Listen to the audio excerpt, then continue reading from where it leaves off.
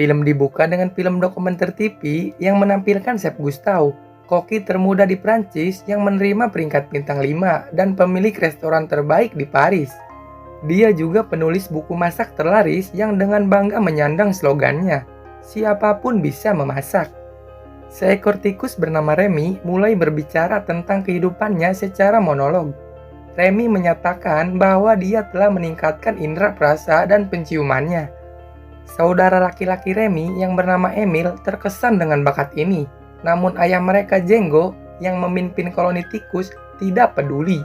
Sampai Remy mengungkapkan bahwa ia dapat mengenali aroma racun tikus di dalam atau di dekat makanan. This is my dad. So, you can smell ingredients. You can smell all that? You have a gift. Whoa, don't eat that! He also happens to be the leader of our clan. Django menyuruh Remy bekerja, mengendus dan menguji makanan untuk anggota klan lainnya. Remy tidak senang kalau tikus harus mencuri makanan dari sampah. Dia lebih suka pergi ke dapur dan mengambil sampel segar. Namun Django yang membenci dan takut pada manusia melarang Remy berinteraksi dengan mereka. Terlepas dari perintah ayahnya, Remy menghabiskan beberapa malam di rumah seorang wanita tua. Di sana dia membaca buku masak Chef Gustav dan menonton program televisi tentang memasak. Tak lama kemudian, dia memiliki pengetahuan yang hampir ahli tentang persiapan makanan. Suatu hari, Remy mengajak Emil ke dapur untuk mengambil beberapa bumbu untuk dipadukan dengan beberapa sampel makanan lain yang telah mereka kumpulkan. Emil ragu-ragu, tapi setuju untuk pergi bersama saudaranya. Saat berada di dalam, Remy melihat Gustav di TV dan mendengarkannya. Namun dia mengetahui bahwa kritikus makanan terkenal bernama Anton Ego, yang dikenal memiliki standar yang sangat tinggi, memberikan restoran Gustav ulasan yang kurang bagus, sehingga menghasilkan ulasan yang buruk. Gustav is dead? Gustav's restaurant lost one of his 5 stars. What I say is true. Anyone can cook. Hey, that's Gustav! I mean, look! Who's Gustav? Just the greatest chef in the world. The only one who knew about it was Emil. Restoran kehilangan salah satu dari 5 bintangnya. Gustav yang patah hati meninggal segera setelah itu, yang berarti kehilangan bintang lain menurut tradisi.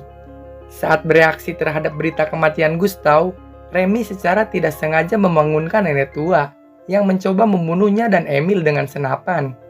Mereka berhasil menghindarinya, namun atap rumah tertembak beberapa kali dan runtuh memperlihatkan seluruh koloni tikus. Django memerintahkan semua tikus untuk mengungsi, tapi Remy tetap di belakang untuk mengambil buku Gustav. Tikus-tikus tersebut berhasil melarikan diri dengan rakit mini ke sungai. Remy menggunakan buku masak sebagai alat pengapung, tetapi dipisahkan dari kelompoknya oleh arus deras di selokan. Beberapa jam kemudian, Remy duduk, membaca buku masak, menunggu tanda dari teman dan keluarganya. Melalui perpaduan kesedihan, kesepian, dan kelaparan, Remy mulai berhalusinasi bahwa ilustrasi Chef Gustav sedang berbicara dengannya. Gustav mendorong Remy untuk naik ke selokan dan mencari tahu di mana dia sekarang. Remy melewati beberapa pipa dan menemukan bahwa dia ada di Paris, tepat di depan restoran Gustav. So I have. Yes. You've led me to your restaurant. Gustav's? Your restaurant? Paris? All this time? I have led you to it. I gotta see this. Di dalam restoran, kepala koki baru bernama Skinner bertemu Alfredo Linguini, putra kekasih lama Chef Gustav, Renata. Linguini memberikan Skinner surat yang ditulis oleh ibunya dengan harapan mendapatkan pekerjaan di restoran. Ia diberi peran sebagai tukang pelongur atau tukang sampah dan langsung dipekerjakan. Saat Remy menyaksikan aksinya di dapur, dia melihat Linguini secara tidak sengaja menjatuhkan sepanci sup dan mencoba menutupi kesalahannya dengan menambahkan bahan-bahan secara acak. Mengetahui bahwa kombinasi yang dibuat Linguini akan sangat buruk, Remy panik dan secara tidak sengaja jatuh ke dalam restoran melalui jendela atap. Dia mencoba melarikan diri melalui jendela yang terbuka, tetapi mencium bau sup dan karena jijik dengan baunya, dia menambahkan bahan-bahannya sendiri ke dalam campuran.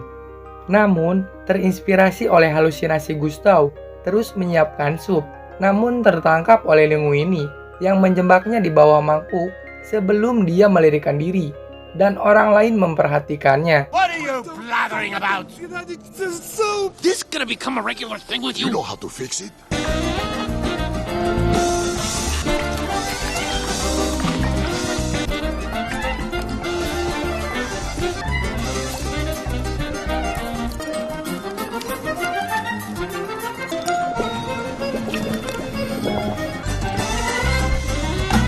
Skinner melihat Linguini diduga mengotak-atik sup dan mengunyahnya.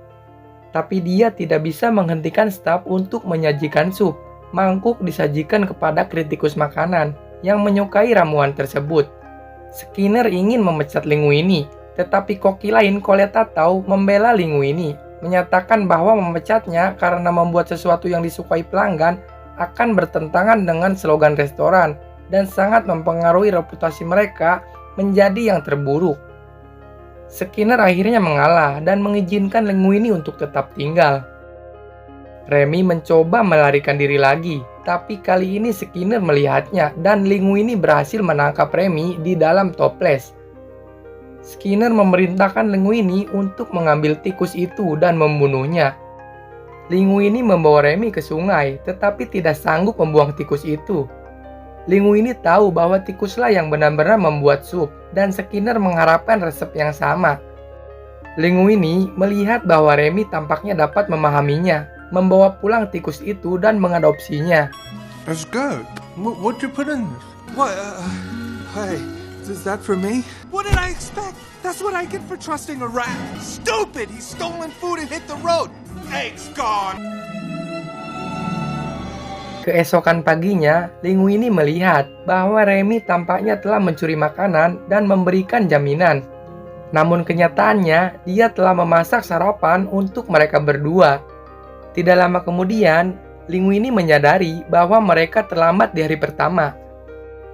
Ketika mereka tiba di restoran, Linguini mencoba mencari cara agar Remy memasak tetapi tanpa orang lain yang melihatnya. Setelah beberapa kali mencoba, mereka mengetahui bahwa Remy dapat memanipulasi Linguini seperti boneka dengan menarik rambutnya dan memutuskan bahwa ini adalah metode terbaik mereka.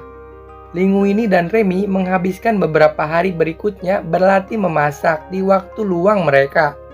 Tak lama kemudian, mereka mampu membuat duplikat sempurna dari sup yang menarik perhatian kritikus. Skinner menunjuk Colette untuk mengajari Linguini tentang seluk-beluk masakan mewah. Colette tidak menyukai tugas itu pada awalnya.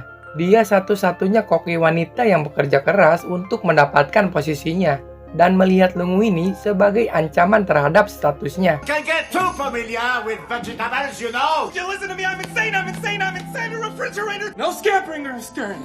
Understand, little chef? We gotta figure out something else. I'm gonna lose it if we do this anymore. Malamnya, Skinner bertemu dengan seorang agen. Kita mengetahui bahwa sejak kematian Chef Gustav, Skinner mendapatkan untung dengan menjual nama dan gambar Gustav ke lini makanan beku murah. Dia beristirahat sejenak untuk membaca surat dari ibu Linguini. Skinner panik dan menelpon pengacaranya. Pengacara menjelaskan bahwa surat wasiat Gustav menetapkan bahwa jika tidak ada ahli waris yang dapat ditemukan setelah 2 tahun, maka Skinner akan mewarisi restoran tersebut. Rupanya, surat dari ibu Linguini menyatakan bahwa Linguini adalah putra Gustav dan seharusnya menjadi ahli waris yang sah. Skinner menolak untuk mempercayainya, sementara pengacara menyarankan untuk melakukan tes DNA serta pemeriksaan latar belakang. Colette mulai melatih Linguini tentang seni memasak, dan hubungan baik berkembang di antara keduanya. Pada suatu malam, sekelompok tamu yang bosan memesan sup Linguini berkali-kali, bertanya kepada kepala pelayan Mustafa tentang apa yang baru. Para staf pun panik, tetapi Skinner memutuskan agar Linguini menyiapkan resep roti manis ala Gustav. Skinner mengetahui bahwa Gustav menganggap resep itu sebagai bencana dan berharap hal itu akan menjadi kejatuhan Linguini. Sweet bread à la gusto. Don't mind me, I'm gonna be right back. Where? Yo, okay. very hard to explain. We are together. Then what are you doing? You're right. I should listen to you. This is no time to experiment. The customer are waiting. This is the recipe. The recipe doesn't call for white truffle oil. That's spice. Oh, I forgot the anchovy delicious. Colette mulai mengikuti resepnya, tetapi Linguini mengubahnya secara drastis, yang membuatnya marah. Namun beberapa menit kemudian, Mustafa menerobos masuk dan menyatakan bahwa pelanggan menyukai ramuan baru tersebut. Dan masih ada beberapa pesanan lagi. Koki lainnya bersulang atas kesuksesan Linguini malam itu. Skinner yang mengetahui tentang Remy membawa Linguini ke kantornya dan mengeluarkan sebotol anggur yang langka dalam upaya membuat Linguini berbicara tentang rahasianya, tetapi tidak berhasil. Let us toast your non-idiocy. You, Monsieur Linguini, are no... I wouldn't either if I was drinking that. I don't really drink, you know. Of course you don't. Good for you. Oh, I just took it to be... Toasting your success, eh, Linguini? Sementara itu Remy yang sedang beristirahat di luar melihat sosok misterius di tong sampah. Dia terkejut saat mengetahui bahwa itu adalah saudaranya, Emil. Karena sangat gembira, Remy berlari ke dalam untuk mencuri beberapa bahan untuk menyiapkan makanan untuk saudaranya. Setelah itu, Emil membawa Remy ke koloni baru. Django sangat gembira menemukan putra keduanya masih hidup. Tetapi menjadi marah ketika Remy mengatakan dia ingin meninggalkan koloni. Remy keceplosan bahwa dia mengamati manusia dan telah menemukan bahwa mereka tidak seburuk yang Django bayangkan. Tapi Django dalam upaya untuk mengubah pikirannya membawa Remy ke etalase yang memperlihatkan dalam pembunuhan tikus, menyatakan keyakinannya bahwa manusia dan tikus harus selalu bermusuhan. Namun, Remy merasakan hal yang berbeda. Dia meninggalkan koloni dan kembali ke Linguini. Where you going? With luck. And it starts when we decide. Change is nature, Dad. You can't change nature. This is the way things are. Keesokan paginya, Remy menemukan Linguini masih berada di restoran. Kelelahan karena menghabiskan malam bersih-bersih. Dia memperhatikan Colette masuk dan berusaha menyembunyikan rasa kantuk Linguini dengan kacamata hitam. Terlihat Colette kesal pada Linguini karena tampaknya menggunakan nasihatnya untuk mengesankan dan lebih dekat dengan Skinner. Salah mengira kelelahannya sebagai keangkuhan dan menamparnya. Dia mengaku pada Linguini yang sekarang sudah bangun dan terkejut bahwa dia mengira Linguini seperti koki lainnya dan memiliki perasaan romantis padanya. Dan pergi dengan gusar. Dalam upaya untuk meminta maaf, Linguini mencoba untuk mengakui rahasianya kepada Colette. Tetapi Remy yang sangat ingin tetap bersembunyi memaksa Linguini maju sehingga dia akhirnya mencium Colette.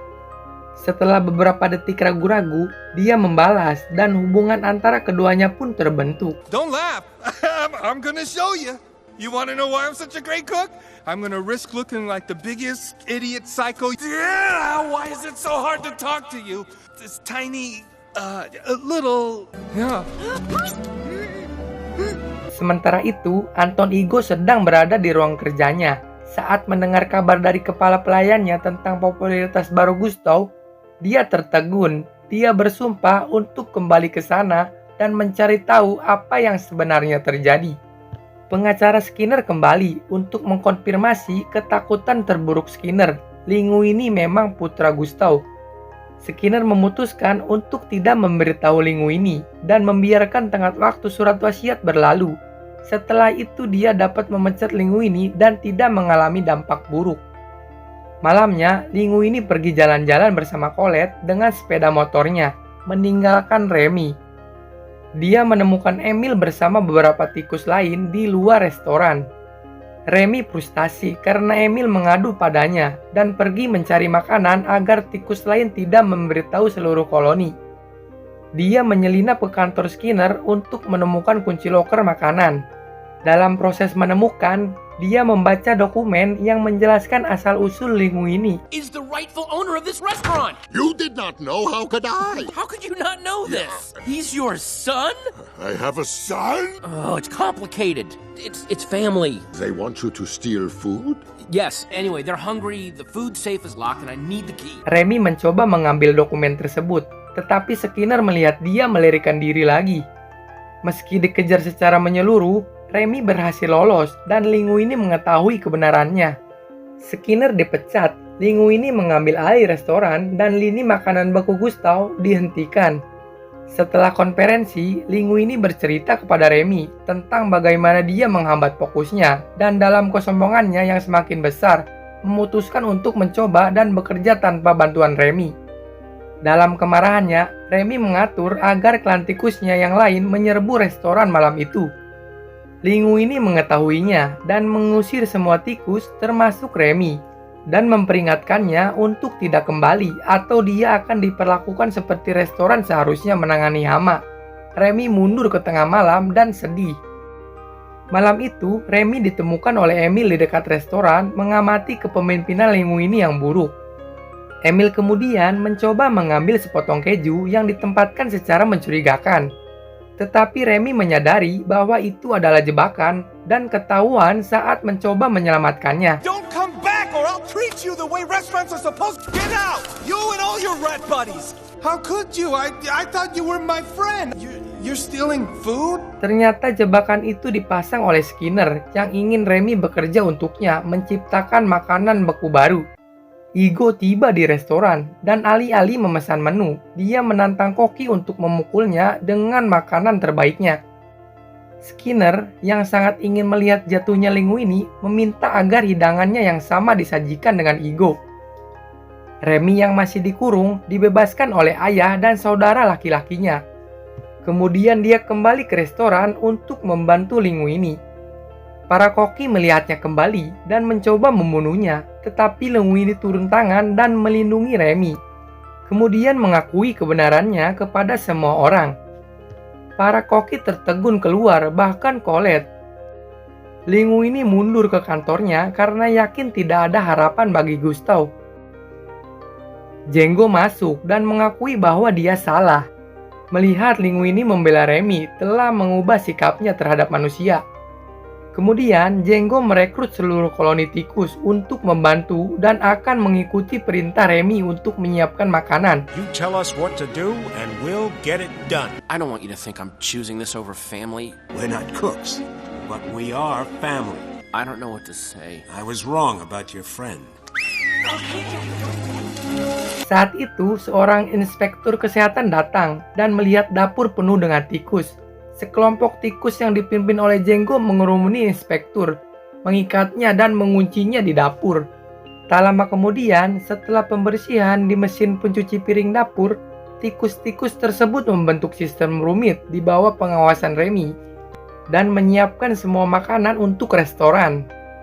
Linguini mengetahui bahwa seseorang harus menunggu meja, mengenakan sepatu roda dan mulai melayani para tamu. Colette yang berubah pikiran kembali ke restoran untuk membantu Remy dan Linguini. Dia bertanya apa yang ingin Remy persiapkan untuk Igo. Remy memilih ratatouille, resep gaya lama yang secara tradisional tidak memenuhi standar Gustav. Tak lama kemudian, hidangan utama disiapkan dan disajikan kepada Anton Igo. Igo menggigit ratatouille dan langsung teringat kilas balik ke masa kecilnya di mana ibunya menyiapkan hidangan yang sama untuk mencerahkan semangatnya setelah kecelakaan sepeda. Dia diliputi emosi atas hidangan itu.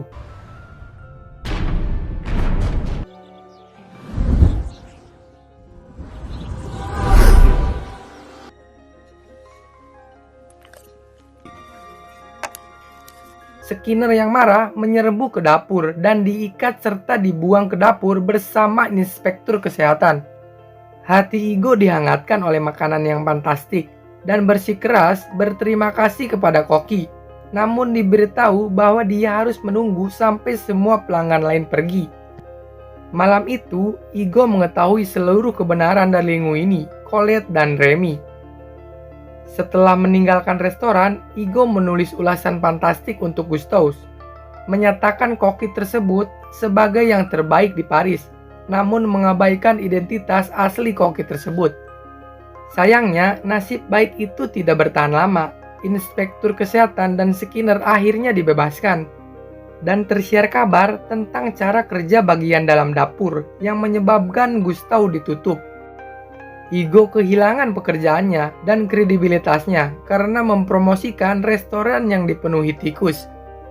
Remy menceritakan kisah ini kepada keluarga dan beberapa temannya, menyatakan bahwa Igo kini bekerja sebagai investor usaha kecil. Tampaknya Igo telah membuka bistro bernama La Ratatouille, di mana manusia dan tikus diterima dan warisan Gustav tetap hidup. Nothing less than the finest. Not everyone can become a great artist. Anyone can cook. They have rocked me to my core. Last night I experienced something new. The world is often unkind to new talent. Ways the work of a critic is easy.